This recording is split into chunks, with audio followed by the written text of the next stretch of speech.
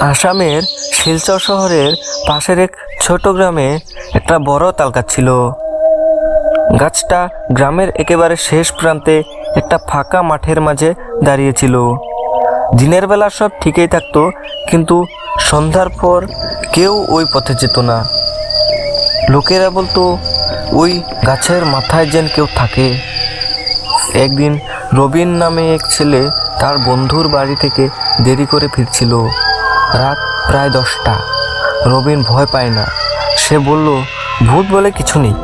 সে যখন গাছটার নিচ দিয়ে যাচ্ছিল, হঠাৎ উপর থেকে খস খস শব্দ এলো। সে ভাবলো হয়তো বাতাসে পাতা নড়ছে, কিন্তু আশ্চর্যের বিষয় সেদিন একদম বাতাস ছিল না। রবিন থেমে এদিকে ওদিকে তাকাতে লাগলো। সে দেখলো গাছের মাথায় যেন কেউ বসে আছে, কালো একটা ছায়া। রবিন দ্রুত হাঁটতে শুরু করলো। হঠাৎ তার পেছনে কারো ঠক ঠক হাঁটার শব্দ। সে পিছনে তাকালো, কেউ নেই। আবার হাঁটা শুরু করতেই শব্দটা আবার।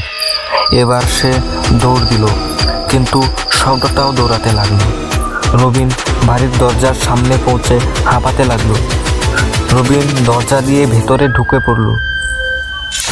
তারপর জানালা দিয়ে বাইরে তাকালো। তাল গাছটা দূরে দাঁড়িয়ে আছে, কিন্তু গাছের মাথায় যে ছায়াটা ছিল সেটা আর নেই। কারণ সেটা এখন তার বাড়ির সামনে দাঁড়িয়ে লম্বা অস্বাভাবিক একটা কালো অবয়ব। ধীরে ধীরে সেটা তার দরজার দিকে এগিয়ে আসছে। পরের দিন সকালে গ্রামে খবর ছড়িয়ে পড়ল, রবিন অসুস্থ হয়ে গেছে। সে শুধু একটাই কথা বলছে, ও তাল গাছ থেকে নামে, রাতে নামে, তার চোখের নিচে কালো দাগ। এরপর থেকে কোনো মানুষ সেই তাল গাছের পথে যায় না। আর কেউ যদি ভুল করে সেখানে চলেও যায়, তাহলে ভূত তার পিছনে পিছনে চলে আসে।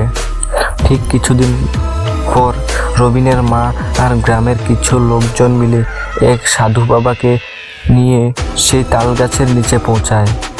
তারপর সাধু বাবা মুখে কিছু মন্ত্র বিড়বিড় করে ভূতটাকে ডাকতে থাকলো, এই ডাইনি, তুই কোথায় আসিস?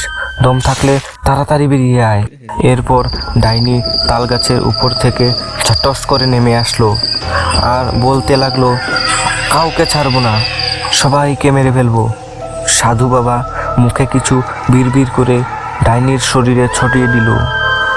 ডাইনি সঙ্গে সঙ্গেই জলে ছাই হয়ে গেল। এরপর থেকে গ্রামে আবার নতুন করে সুখ শান্তি ফিরে এলো।